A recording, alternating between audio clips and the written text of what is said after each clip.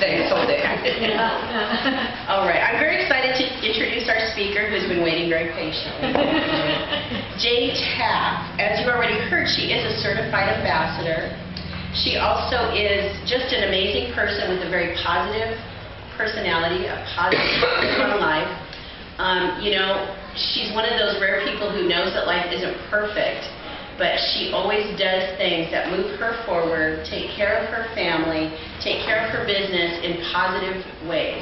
She has a huge heart, very caring person that comes out even when she doesn't realize it's coming out, because that's just kind of who she is. She started a new nonprofit, which I don't know if she's going to talk about, but I think that's wonderful, and that shows what a caring, loving heart she is. In fact, in our one-on-one, she said, "I'm such a mama bear. I just want to take everybody in," and that is so you. So I really admire how self-aware Jane is about herself, the pluses and the challenges, which we all have. She's very inspiring, and I'm very grateful that I consider you one of my personal friends, as well as a fellow successful thinker. She's going to share with us today breaking limiting beliefs.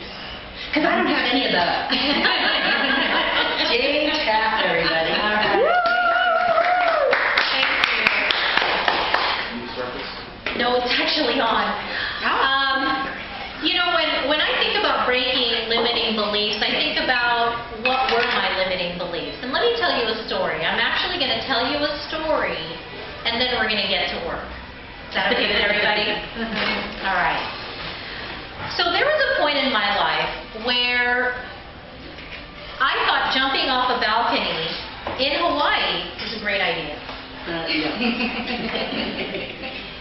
I was 21 years old. I was in Hawaii by very unhappy circumstances. To be in a beautiful place and be unhappy is a very weird juxtaposition. Would you agree? Yeah. Oh, yeah. Yeah. I thought it was a beautiful place to die, though. Because I had just split up with my ex-husband, or split up with my husband at the time, had a very young child. I was on vacation with my mother, who was an endless source of heartbreak for me. But I was there. And I decided at that point, what better place? Commit suicide, my daughter will be taken care of by my mother, it's all going to be good. And then my daughter saved my life. She saved my life by merely being a child who needed her mother. She cried. What mother would not answer the cry of a child? Certainly not me. Not Mama Bear me. I thought while she was sleeping it was okay. But when she cried, I knew for sure my life had to change. I had to make different decisions. But let me go backwards, because it's not that moment in time that changed my life. It was years and decades beforehand, when my personal beliefs were becoming limited. When I was a victim of sexual abuse as a child. When my mother decided she could not or did not have the tools to support me in getting out of that victim state. In fact, she blamed me. It's very hard for a child to compartmentalize, was it my fault? How could an 8-year-old be creating a come-on situation? I couldn't figure it out, but as a child always does, it was my fault. For some reason, it was my fault.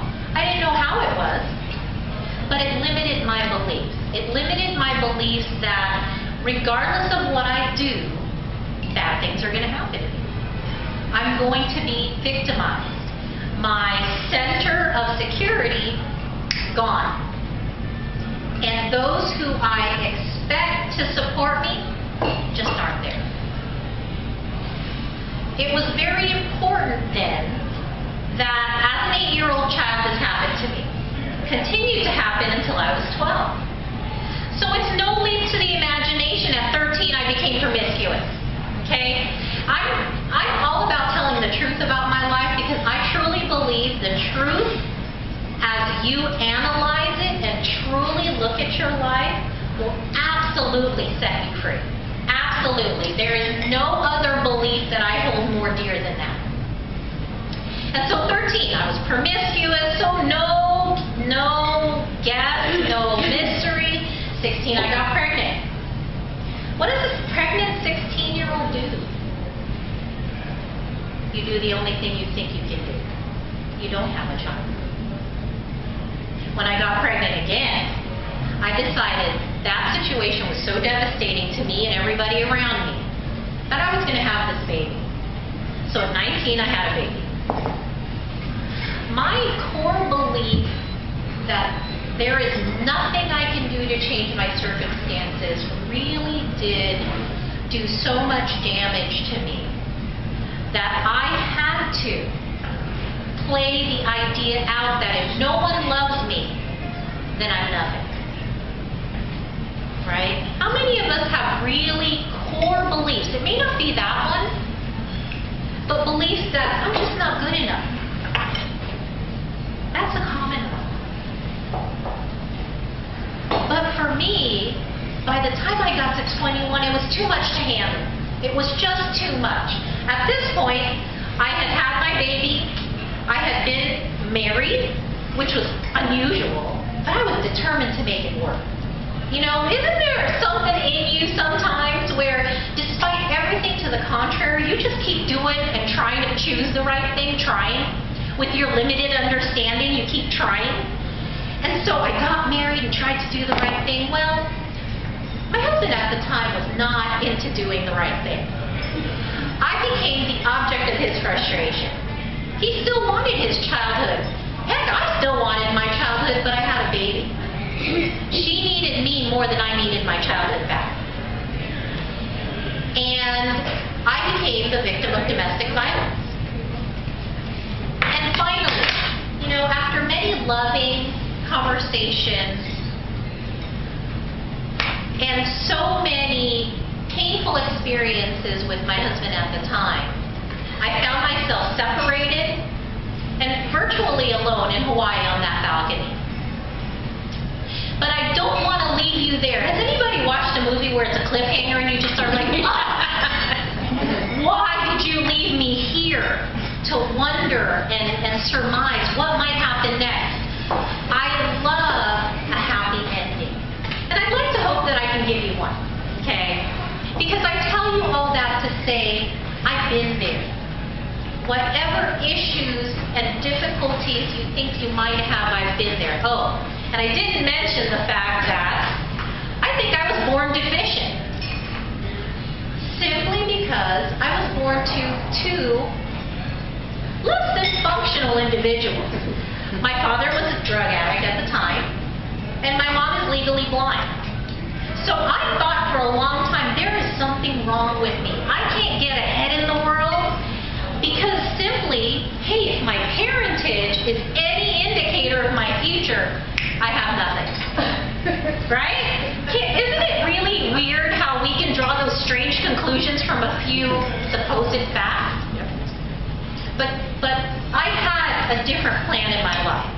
It became very clear that God, my higher power, had something different for me. And I'm going to share that with you. Because this is the process that I went through to break through those limiting beliefs.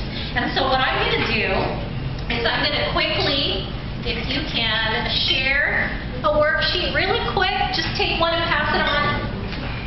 I'm going to share with you my process. And by telling you my story, I hope that it assists you in step one. Tell your story to yourself. Examine very carefully where you come from. Tell yourself the truth about hurts that you truly have lying within. Because most of our limiting beliefs come from somewhere or someone. I was just telling, I think it was Gwen just this morning, sometimes I hear a voice in my head and it's not mine, it's my mom's. But what do you do with that voice is what makes you who you are. I find myself turning the volume down so that I can function. Because it's not the difficulty that you have that makes you who you are. It's what you do with it, right? Yeah. So tell yourself your story. Admit to yourself those hurts. Admit to yourself that it hurt. And you had no tools at the time to figure out what to do. Like I said, I had many things in my background. I had sexual abuse, domestic violence, teen pregnancy, abortion, all those things. All those hot buttons politically, I embodied in a person.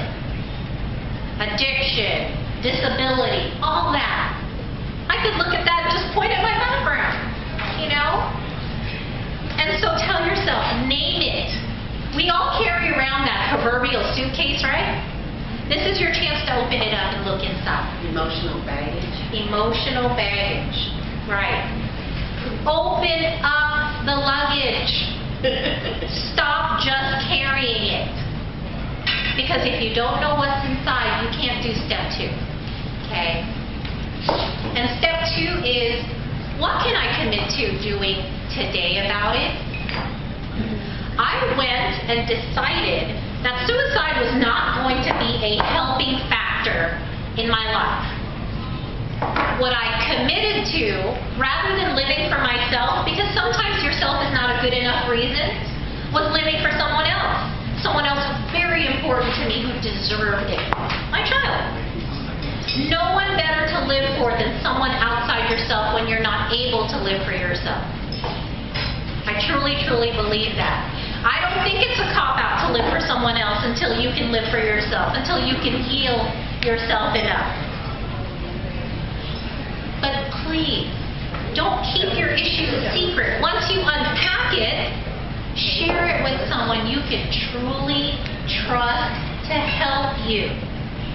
Whether you think it's a therapist or your best friend who's walked those steps with you, share it. Because something can only stay in the darkness until you shine that light on it. That's why I say open up the suitcase and start unpacking. Research. This is one thing that I lacked from my upbringing. Good parenting. It was very important for me to take a very academic view of how then to be an effective parent. Because my mom sure didn't teach it to me. My father was kind of out of the picture in so many different ways. But I had access to experts in books, on TV shows.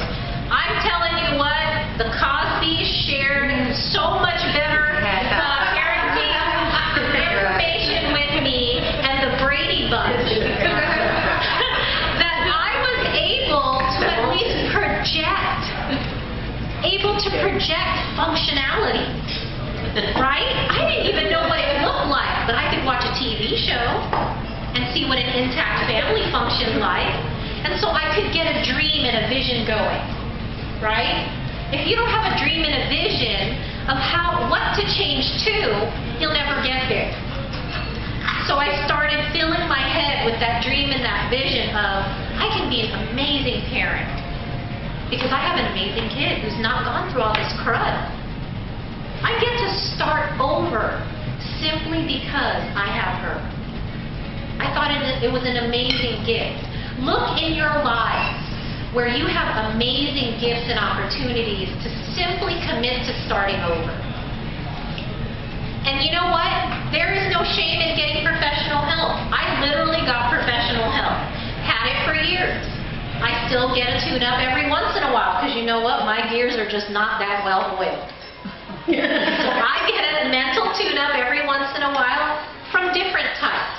I have a good spiritual friend and partner, accountability partners, business coaches, personal coaches to me who keep me tuned up and checked in with the truth, not the lies I've heard from my past. Does that make sense to everybody? Yeah. So do step 2. Commit to doing something.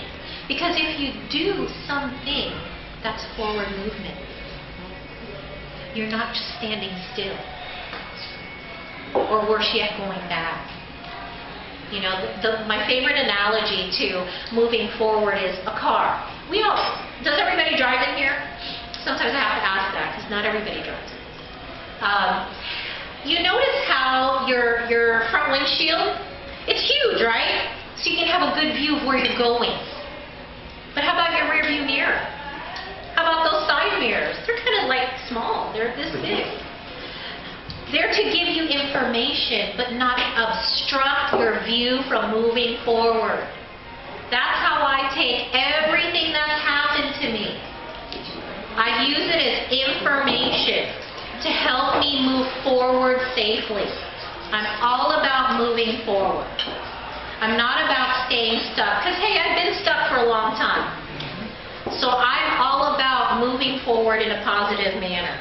So get help. There's no shame in that. Get help. Get around people who will help you. And decide, lastly, who will encourage you.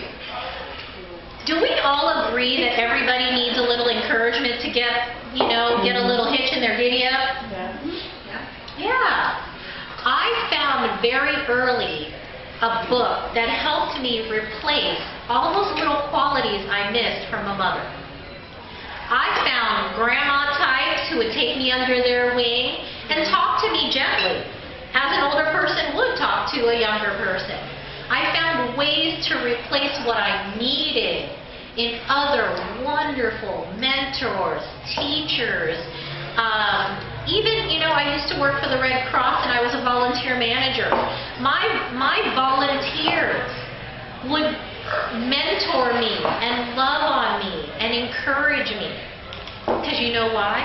I made myself available to it. You have to be open to receive. Just like this. If I held my hand out and I closed it, you can't give me anything. I can't give you anything either. But if you come to a situation with open hands to give and to receive, that exchange happens. And that's how I approached, even though I had been wounded in various relationships, for some reason, maybe it's the stupid in me, for some reason, I came to every relationship willing to give and receive every time. And I would like to say that's only God helping me survive the crazy years. My God is good. Amen. And He gave me the opportunity to always approach with open hands, open heart. So get those people. There's actually a book called Balcony People. Whenever you've just received an award, right? When you receive an award, don't you always have your cheering section? Those people who come and they're like, yay, thank you, you're welcome, And we all need balcony people. But we don't want the Muppets balcony. Right. We don't want the negative we don't want anybody saying stuff to us that, we want positive and edifying balcony people. Cheerleaders.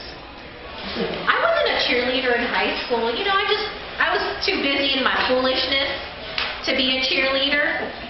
You'd have been a great cheerleader. I know. It's their loss. Yes. But I always knew. My best friend just asked me this morning, why do you continue to maintain this relationship that for some reason I don't participate in you really well? And I said, first of all, that's your insecurity talking because you participate mighty fine. But I always, before I knew it was a good and wonderful thing to have a loving exchange with an individual, I always thought giving in friendship was important. I always thought loyalty was important. Even though I had many opportunities for broken loyalty, broken trust, lack of love and respect in my other relationships, I always held that very highly esteemed as qualities that I wanted to have. And so, who do you trust to hold your hand? And translate this to business. If you're struggling and you feel like you're alone and you're not having a breakthrough, have a friend run these steps through. Have them tell you and work through some of your issues with you. have them point you to some resources that you may have a blind spot about. All of us have blind spots about ourselves. No, we don't. Yeah. The big D word, denial. And you know, it's a wonderful thing to be in a nice, caring relationship where you can allow someone to tell you the truth. Because, again, like I said in the beginning, the truth will set you free. So for me, I really hope that, although I kind of started with a story that really was exposing and kind of a downer, it is what I feel my mission in life, to take my ashes, my ruin of a life, and really give you something wonderful. Because I truly, truly believe it's not the circumstances that make the person, but what you do with it and in moving forward that really makes you who you are. So I hope that this little speech really helps move you in understanding yourself, in weeding out your own limitations, or perceived. See, limitations are all perceived, correct? Your own perceived limitations and rooting them out of your life at the core. That for me is important, because we can root out superficial things, but if you don't root them out from the core and truly understand why you do the things you do, why you react the way you react, why you go forward or don't go forward, you will never touch excellence if you don't get stuff out of your life. So I hope this encourages you. Thank you for listening.